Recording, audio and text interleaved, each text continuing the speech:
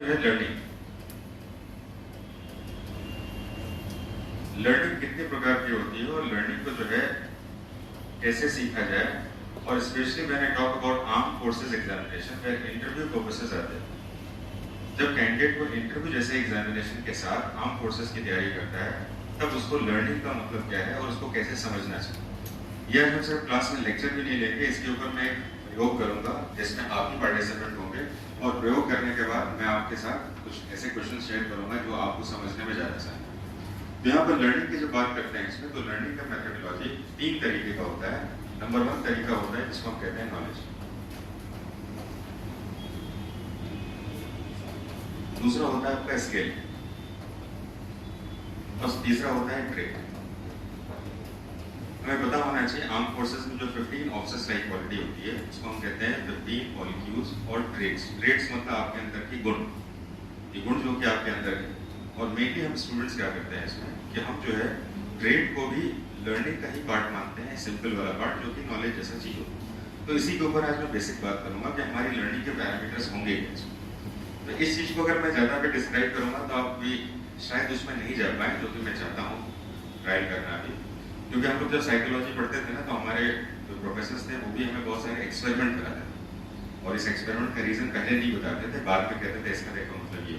पहले बता देंगे तो आपको पता चल जाएगा अच्छा यही है। तो इसको 2 भागों में हम समझते हैं, एक को कहते हैं इंसिडेंटल लर्निंग और एक को कहते हैं इंटेंशनल लर्निंग, है ना। मनोविज्ञान की भाषा यूज कर रहा हूँ, ऐसा नहीं समझ लीजिए कहाँ कैसे भी करके कुछ हो रहा है। तो मैं चाहूंगा कि हमारे पास एक वॉलेंटियर खड़ा हो जाए। 2 स्टूल रखना है मैंने इसमें, 2 स्टूल उठाइए और दोनों स्टूल को ओपन करके यहाँ रखिए, ओपन करिए इसको। एक वहां रखिए। तो आप में से कौन लोग चाहते हैं कि मेरे इस प्रयोग का भाग बने?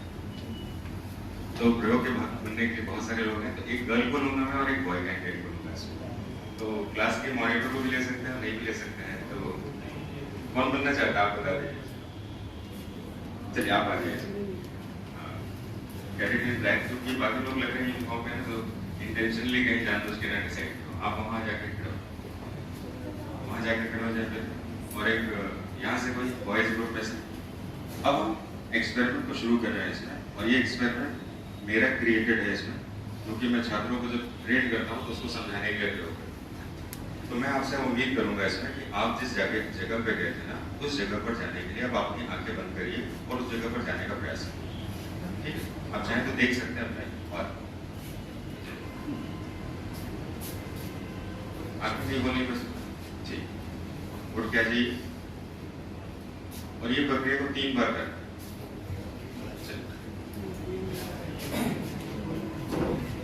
जैसे नहीं होना, ध्यान रखना। अब आप खोल कह सकते हैं, आते समय आप खोलें, देखिए ध्यान रखिए, टच नहीं होना। वेरी बहुत बढ़िया। आप भी अपने जगह पे जा चुके हैं। अब जो है आंखें बंद करके आपको जाने और टच नहीं होना। आप सभी प्रयोग का टेक्स्ट देगा, आपको स्कूल को टेस्ट नहीं करना है, और जिस जगह पर बैठने की प्रैक्टिस की थी उसी पे जाना। टच होंगे तो फाउल होगा, ऐसा करके। चलिए अजय 3 बार करना है, 3 बार टेस्ट को करना है। 3 राउंड टेबल कॉन्फ्रेंस हुए थे, 3 करना है।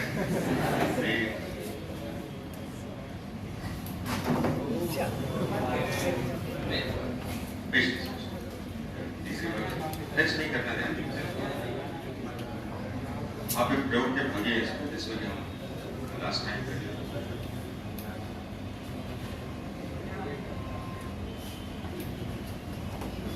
आप भी अपने जगह पे कंफर्टेबल, आप खड़े हो जाइए। चलिए, आपको मैंने 3 बार जाने के लिए कहा, तीनों बार जब आप जा रहे थे आंखें बंद करके, उम्मीद है कि आंखें बंद की होगी। कुछ लोगों ने बेईमानी कर सकते हैं, लेकिन मैं जानता हूँ कि ऐसा नहीं किया होगा, नहीं किया होगा। अच्छा एक बात बताइए, जब आप चल रहे थे तो पहली बार, दूसरी बार, तीसरी बार, इन सभी के समय में दिमाग में क्या चल रहा था? और कुछ स्टेप चल रहा था, टकरा नहीं जाए, सही जगह पे जाए, लेकिन अच्छा इन सभी में सबसे ज्यादा आपको कॉन्फिडेंट कब फील हो? पहले, दूसरे, तीसरे में बैठे। पूछना चाहता हूँ कि जब आप यहाँ पर आ रहे थे, इसमें आँख खोल के आए तो आपने देखा, ठीक है, फिर भी बीच में एक दो बार टकरा गए, तो आप जब पहले दूसरे बार आँख बंद करके चल रहे थे तो दिमाग में क्या चल रहा है? तो फर्स्ट टाइम ये लगा कहीं टच ना हो जाए, सेकंड टाइम में मेरे को लगा नहीं ईयर टू जाना है, कहीं टच नहीं होना है, और थर्ड टाइम में मेरे को ऐसा लगा कि नहीं इस बार मेरे को मीन्स फाइनल अच्छे से करना है। अच्छा, थर्ड टाइम जब कर रहे थे तो दिमाग में क्या लग रहा था? कॉन्फिडेंस ज़्यादा थे? तो कॉन्फिडेंस ज़्यादा था मेरा। ठीक, चलिए बैठ। अब मैं आपको जो है लर्निंग मेथडोलॉजी की बात कर रहा हूँ। लर्निंग में अगर मैं कहूँ आपको what is the capital of India, तो आपको उसके लिए सिर्फ दिमाग का यूज़ करना है और आपको कहना है new Delhi is the capital of India, ठीक है। आप लर्निंग के स्टेज 2 में जाते हैं जिसका नाम है स्किल। स्किल हमेशा ध्यान रखिए ये आपकी प्रैक्टिस पर बनता है, जिसको कहते हैं repetition is the retention of quality. ये मैंने आपको स्कूल के बगल में घुमाया नहीं है। जब आप संस्था ज्वाइन करते हैं तो हर एक बच्चों को मैं ऐसी कुछ चुनौती में डाल देता हूँ जिसको समझ में नहीं आता। नोटबुक लेके आना, ये करना, वो करना, ये करना, उसको लगता है ये क्या हो रहा है, बाल काट के आना है इसमें। मैं आपके अंदर के कुछ व्यक्तित्व को सुधारने का प्रयास करता हूँ और वो एक दिन नहीं रेगुलर हो रहा होता। और जब आप रेगुलर कर रहे होते हैं इसमें तो आप लास्ट डे यानी कि तीसरे बार में आप पहले से ज्यादा कॉन्फिडेंट हैं। ये बात तो आपको पहले से ही पता थी आंखें खोल के जाते समय कि मुझे वहीं बैठना है। पहली बार में फिर भी चोट लगी आपको, लेकिन लास्ट टाइम आपको पता चल गया कि नहीं मैं इसको कर सकता हूँ। यानी कि स्किल वो पार्ट होता है लर्निंग का जिसमें कि आप अपने नेचुरल चैलेंजेस से ही सीख सकते हैं और उस नेचुरल चैलेंजेस को सुनकर नहीं सीख सकते, उसको कहते हैं रिपीट करके रिटेन कर। The more you repeat, the more you retain. यहाँ पर नॉलेज क्लास में सीखना है, स्किल अपनी डिफरेंट एक्टिविटीज जिसमें कि 15 OLQs के ऊपर जो 4 फैक्टर्स हैं, कौन कौन से फैक्टर्स हैं इसमें? नंबर 1 कहूँगा organisation planning, social adaptability, social effectiveness and dynamic drive. ये आपका टीचर ही डिसाइड करेगा कि कौन से फैक्टर पे हमें ज्यादा काम करना। और इन सारी फैक्टर को बनाकर मैं आपकी चुनौतियां ऐसी स्कूल जैसी बना देता हूँ और कहता हूँ चलिए। आप देखें कुछ लोग चलते समय रुक जाते हैं, टकरा जाते हैं इसमें और उनको समझ में नहीं आता कि हो क्या है। कुछ नहीं हो रहा है, आपको नॉलेज के साथ आपके स्किल को डेवलप करें, बस इतना ही कहूँगा इसमें। और लास्ट वर्ड है जिसका नाम है ट्रेड। ट्रेड का मतलब होता है either you have the quality और you don't have the quality. एक लास्ट स्टेटमेंट से इसको मैं कंप्लीट करना चाहूंगा इसमें, अंग्रेजी बोलना अगर आपको आता है तो क्या आप डिस्कशन में भाग ले सकते हैं? आंसर है नहीं। डिस्कशन की जब प्रैक्टिस करते हैं आप ये, तो आपको पता चलता है कि दूसरा आपसे ज्यादा अच्छे पॉइंट्स बता रहा है, तो आप सीखते हैं दूसरे पॉइंट्स और इसी को कहते हैं कम्युनिकेशन स्किल। तो कम्युनिकेशन एक स्किल क्यों है? क्योंकि इसको रेगुलर प्रैक्टिस करने पर आती है, सुनकर तो नहीं आती। सुनकर तो कम्युनिकेशन स्किल डेवलप नहीं होगा। तो स्किल को कैसे डेवलप करना है? नॉलेज को तो क्लास में सुनना है, स्किल को क्या करना है? रेगुलर रिपीट करना है थ्रू द वेरियस चैलेंजेस।